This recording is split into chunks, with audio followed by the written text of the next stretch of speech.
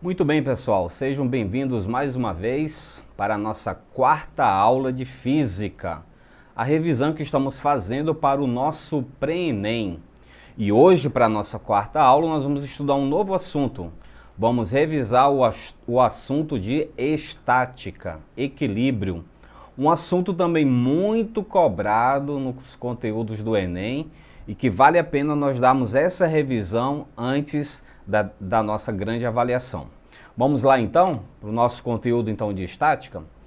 Então, o que a estática vai se preocupar em estudar? A estática, a gente pode definir como uma parte da mecânica que vai estudar os corpos que não se movem ou se movimentam em aceleração constante. Interessante, né? Porque quando a gente ouve a palavra estática, logo que vem na nossa mente é algo que está parado. Mas a estática estuda os corpos que estão em repouso ou em aceleração constante, isto é, estão em movimento. Então ela vai estudar as condições nas quais as forças atuantes sobre um corpo, elas vão se equilibrar. Então esse assunto de equilíbrio, né, de equilibrar realmente as coisas, é um assunto também muito cobrado no Enem. E de acordo com a segunda lei de Newton, que nós vimos na nossa terceira aula, quando todas as forças de um sistema se equilibram, a sua aceleração é nula. Desse modo, a ausência de movimento dos corpos vai gerar uma aceleração nula. Por isso que há equilíbrio, né, na soma vetorial das forças, porque elas vão se anular então. Por isso que esse assunto, né, de estática e equilíbrio é um assunto também que está presente no nosso dia a dia, no nosso cotidiano. Principalmente as áreas de arquitetura, né, engenharias, elas estudam, né, consideram esse ponto muito importante, né, para fazer então as suas construções.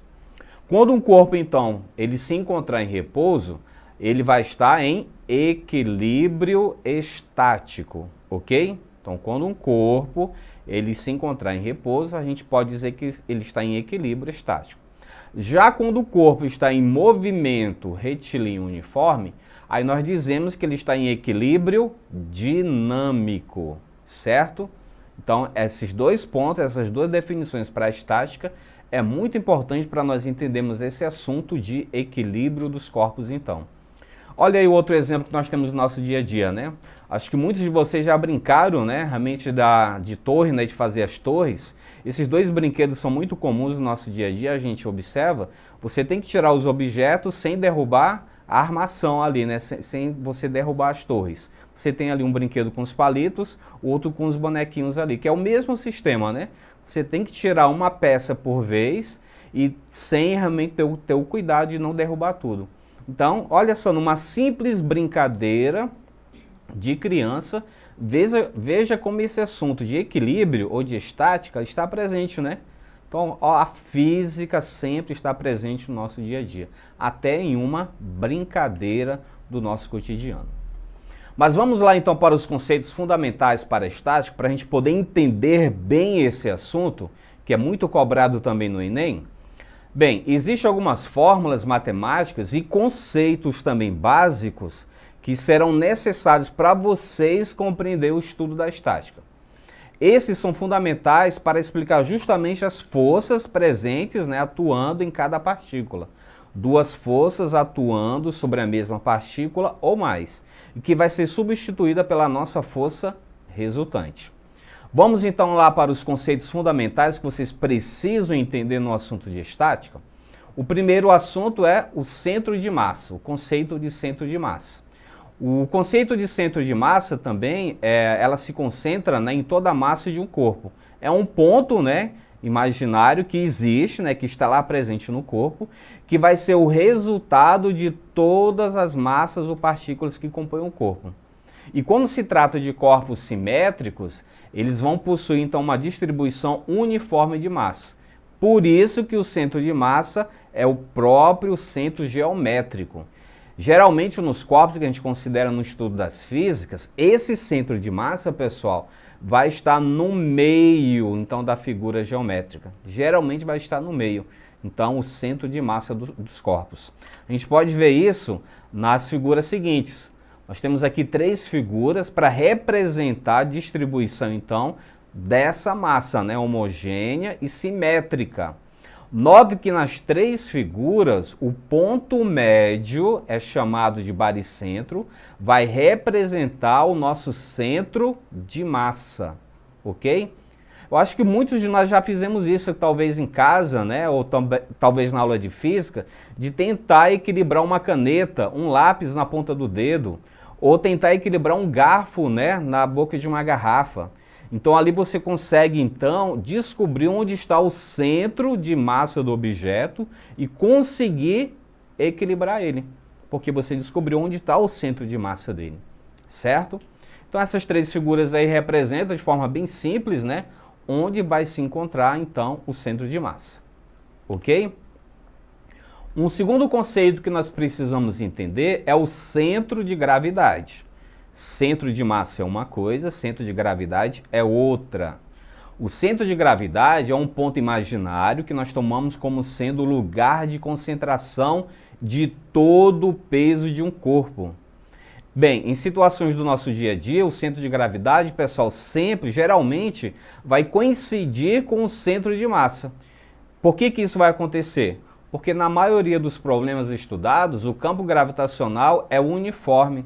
Por isso que vai ocorrer então essa combinação entre os 2 pontos, entre o centro de gravidade e o centro de massa, certo? E como eu falei agora há pouco tempo, um exemplo bem claro disso é quando a gente tenta equilibrar, né, e consegue equilibrar uma caneta na ponta do dedo, um lápis, um garfo e assim por diante. Um terceiro conceito para a gente poder entender esse conteúdo de estática. É o momento ou torque de uma força. O que seria isso, professor? O que é momento ou torque de uma força? Olha lá no slide o conceito.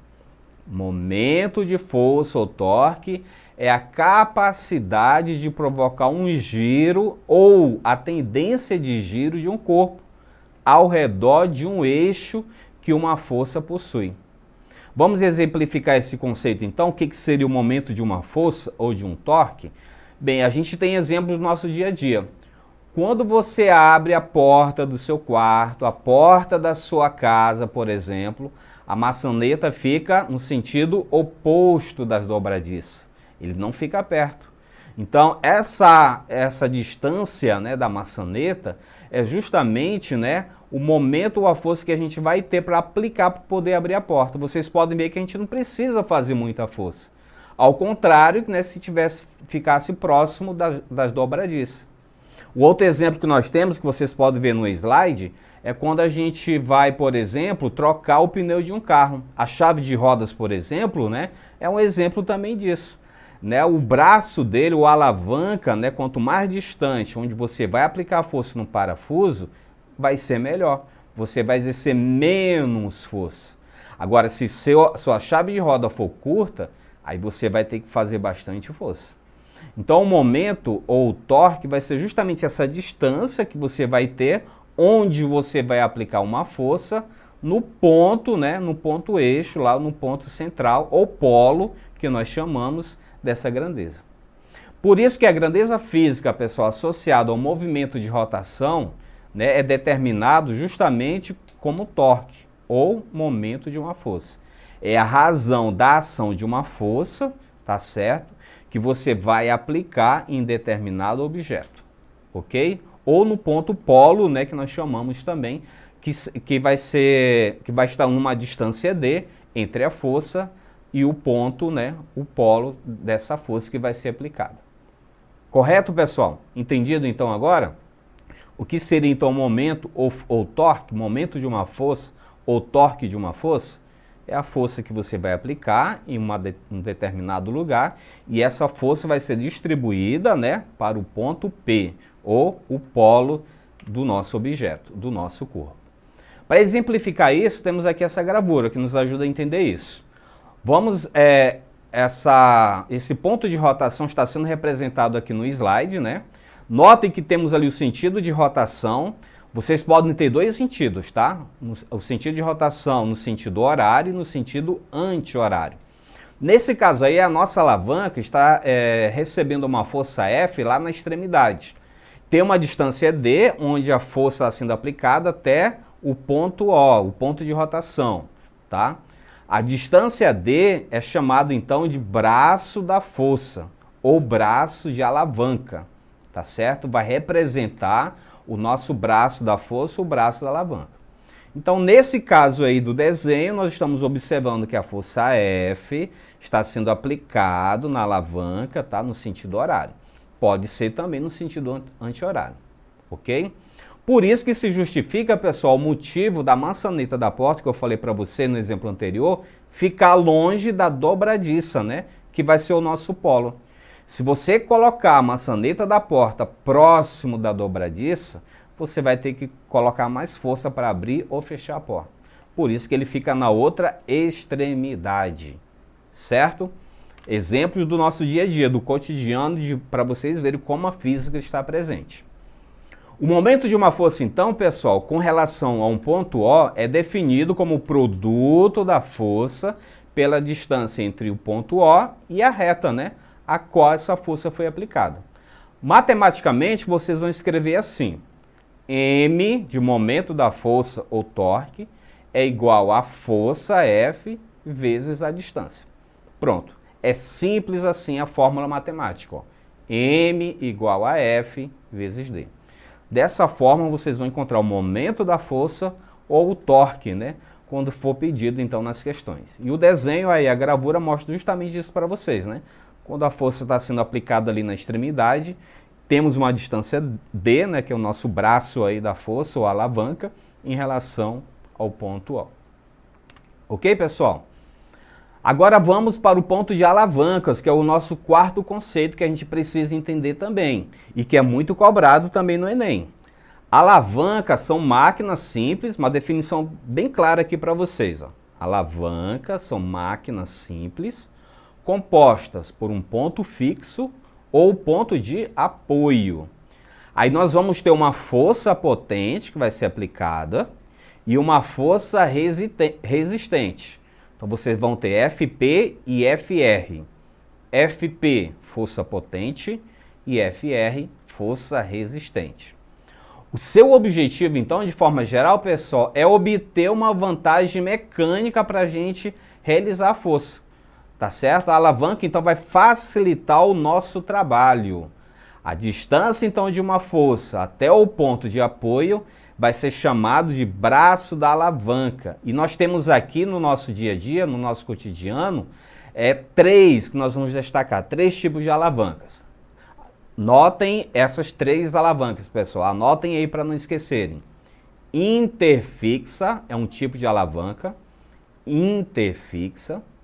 Segundo, interresistente. E a terceira, interpotente. Anotaram? As alavancas que nós temos são interfixa, interresistente e interpotente. Vamos ver aqui a definição de cada uma delas e exemplos também do nosso dia a dia. Vamos lá para a interfixa. Bem, um exemplo dessa alavanca, pessoal, é uma brincadeira bem simples que acho que quase todo mundo aqui já brincaram, né? De uma gangorra, né? Quem não já brincou aqui de gangorra, né? No balanço aqui. Então, é um exemplo dessa alavanca. Um outro exemplo, né, que a gente usa muito é o alicate. A interfixa, pessoal, está sendo representado nessa primeira gravura aí, ó. Vocês estão notando que a força resistente está numa extremidade e a força potente está na outra extremidade. E nós temos o ponto fixo aí no meio. Então, a diferença entre as três forças aí, ó, as três alavancas, está aí no ponto fixo. O ponto fixo está no meio entre a força resistente e a força potente. Já a interresistente, pessoal, está aqui no quebra-nozes. É um exemplo bem clássico, né? Bem claro disso. Ou carrinho de mão.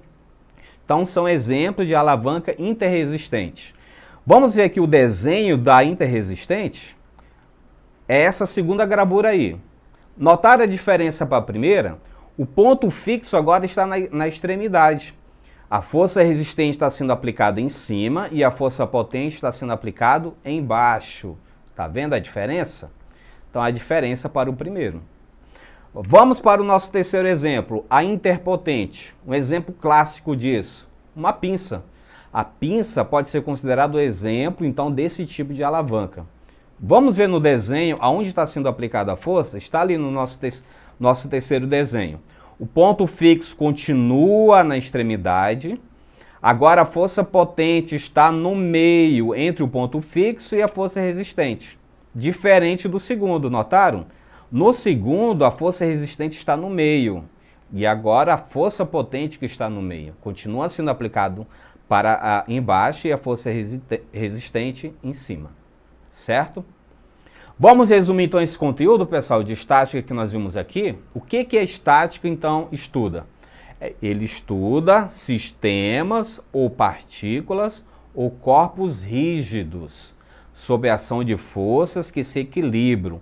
De acordo com a primeira lei de Newton, todas as partes de um sistema em equilíbrio também estão em equilíbrio.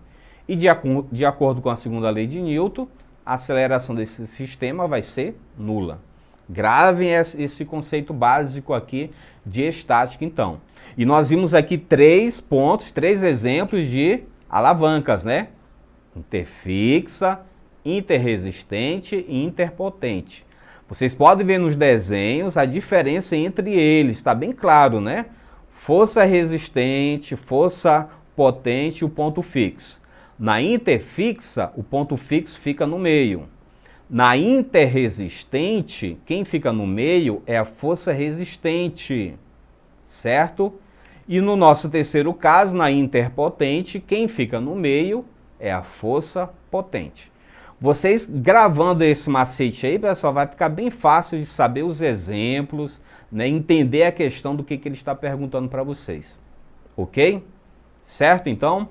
Vamos lá então para a nossa revisão das questões do Enem.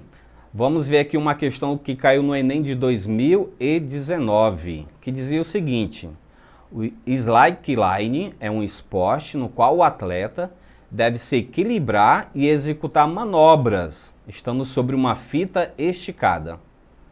Para a prática do esporte, as duas extremidades da fita são fixadas de forma que ela fique a alguns centímetros do solo. Quando um atleta de massa igual a 80 kg está exatamente no meio da fita, essa se desloca verticalmente, formando um ângulo de 10 graus com a horizontal, como esquematizado na figura. Então aqui a gente já pode tirar alguns dados da questão. Ele falou que o atleta tem uma massa, anotem aí, M, massa, igual a 80 kg. Ele dá aqui para vocês a aceleração da gravidade, né? Ele usa como 10, então ele arredonda o 9,8 para 10 metros por segundo ao quadrado. Ele dá o cosseno de 10 graus para vocês e também o seno de 10 graus, né? Cosseno de 10 graus é 0,98 e seno de 10 graus 0,17. Vamos ver o desenho que ele falou aqui então? Olha só, então está ali, né? Ele está no meio ali da corda. Vocês podem ver que a corda realmente tendeu para baixo ali no meio. E ele pergunta o seguinte para nós nessa questão: qual é a força que a fita exerce em cada uma das árvores por causa da presença do atleta? Então ele quer saber isso, né? A força ali, então, que está sendo aplicada nas árvores, né, em virtude do atleta, está ali no meio da corda. Aí ele dá as alternativas para vocês, né? Aí as respostas, tá certo? Notem que a resposta está com base 10, então você no final vai ter que arredondar, né, colocar, escrever a resposta em base 10, tá certo? Então é importante entender esse ponto. Vamos lá então para a resolução da questão? Então vamos entender aqui. Então a gente pode ver aqui pela gravura o que vai acontecer então aqui com o nosso atleta, né, com a força que está sendo aplicada na corda. Ou essa força a gente pode chamar de tração, visto que ele está na corda.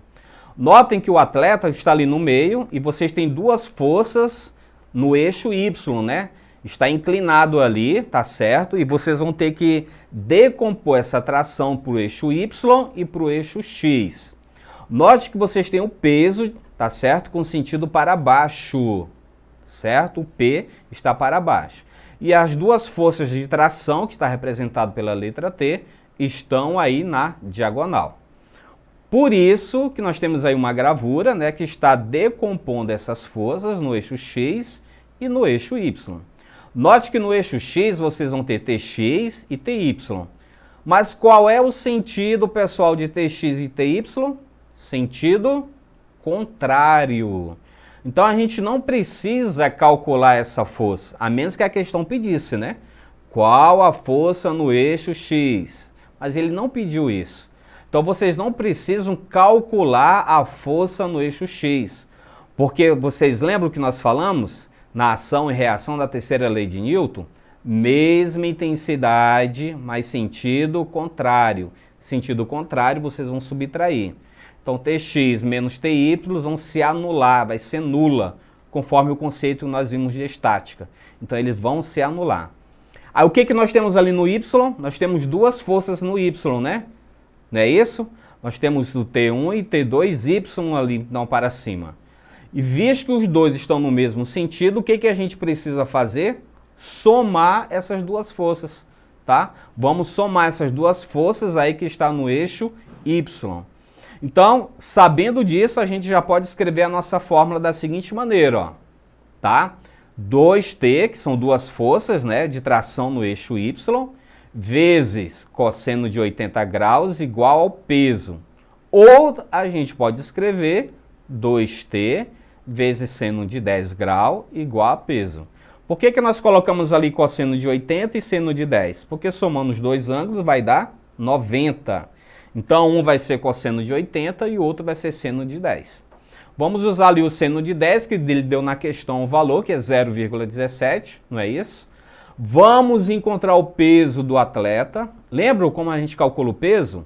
Massa vezes G. Lembra que eu pedi para vocês anotarem a massa do atleta? Quantos quilos? 80. Isso mesmo. Então, quanto é 80 vezes 10? É o que está ali no slide, 800. Por isso que a gente escreveu, ó, 2T igual a seno de 10 graus, que é 0,17, igual a 800. Então, a fórmula vai ficar 2T vezes 0,17 igual a 800. Se a gente pegar o 2 e passar para o outro lado, ele já passa dividindo, não é isso? Então, 800 dividido para 2 dá 400. E depois a gente vai passar o 0,17 também para o outro lado dividindo. Então, 400 dividido para 0,17 vai dar aí aproximadamente 2.353 newton. Mas vocês lembram que na alternativa não tinha essa resposta, né? Eu não falei para vocês que estava em base 10? O que a gente vai ter que fazer? Transformar essa questão para a base 10. Você vai pegar a vírgula que está ali depois do último número, 3, e deslocar para o lado esquerdo. Então, vocês vão escrever 2,35. O 2,35, pessoal, está mais próximo do 2,4. Por isso que a gente vai marcar a alternativa D. 2,4 vezes 10 a terceira newton. Então, essa vai ser a nossa resposta, que nós vamos marcar para essa questão. Entendido, então? Ok? Vamos para a próxima? Próxima questão, então, caiu no Enem de 2018, ó, tá?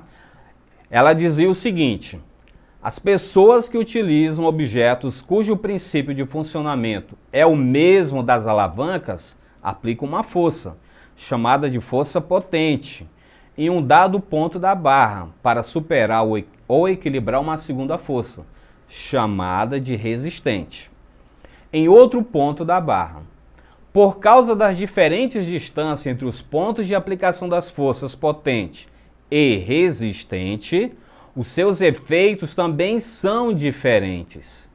A figura mostra alguns exemplos desses objetos. Nós temos aí, pessoal, 5 exemplos, ó. O alicate, a pinça, carrinho de mão, o quebra-nozes e o abridor de latas. Lembro lá dos 3 tipos de alavanca que nós mencionamos para vocês? Então, ele vai perguntar para vocês justamente o seguinte, ó. Olha a pergunta dele. Em qual dos objetos a força potente é maior que a força resistente? Em quais desses objetos? Na pinça, no alicate, no quebra-nozes, no carrinho de mão ou no abridor de garrafa. Agora vocês vão ter que lembrar da definição que nós vimos das 3 alavancas. Lembram? Que nós mostramos as gravuras para vocês, mostramos as diferentes forças aonde estava sendo aplicada. Voltando aqui na gravura, ele quer saber qual desses objetos aqui, na gravura, a força então resistente, não é isso? A força potente, aliás, desculpa, é maior que a força resistente. Em qual dessas aqui você escolheria? Pense um pouquinho. Pensaram? Quem escolheu a pinça? Quem escolheu a pinça é a resposta correta. Mas por que a pinça é a nossa resposta correta? Vamos aqui na resolução para a gente entender? Olha só a resolução para nós entendermos por que a resposta é a alternativa A, a pinça. Nós temos ali o exemplo da pinça ali na gravura, né? Vocês podem notar que a força resistente está ali na ponta, a força potente está no meio e nós temos o ponto O lá na extremidade. A distância do ponto O até o FP é menor do que a distância do ponto O para o FR. Fazendo essa relação, pessoal, né, de FP vezes L, tá? E a força resistente também vezes L, nós vamos escrever a seguinte equação, ó. FP, que é a força potente, igual a L maiúsculo, que é a maior distância, dividido para L minúsculo, que é a menor distância, vezes a força resistente. Ora, se a distância maior, que é o L maiúsculo, é maior do que o L minúsculo, e fazendo a divisão entre eles, o resultado tem que ser maior que 1. Então, se eles for maior que 1, a gente pode escrever que a força potente é maior que a força resistente. Por isso, usando essa equação aí, nós podemos marcar, tá, sem nenhuma dúvida, que a resposta correta é a nossa pinça. Certo? Questão bem fácil, bem simples, né? Só lembrar dos conceitos que nós vimos lá anteriormente, que a gente vai marcar isso de forma bem correta. Pessoal, nós temos aqui os links para vocês revisarem esse conteúdo, tá? Tá disponível para vocês. Vamos disponibilizar mais uma vez lá na plataforma Eduque. Acesse a nossa plataforma, tá ok? www.eduque.ce.ac.gov, tá? .br. Vocês vão ter essas aulas gravadas, vão ter exercícios, link de sugestões e simuladores também, né? O que é legal a gente simular também esses conceitos que a gente vê no nosso dia a dia, beleza? Eu quero mais uma vez agradecer a atenção de todos vocês, bons estudos, pessoal, e até a nossa próxima aula.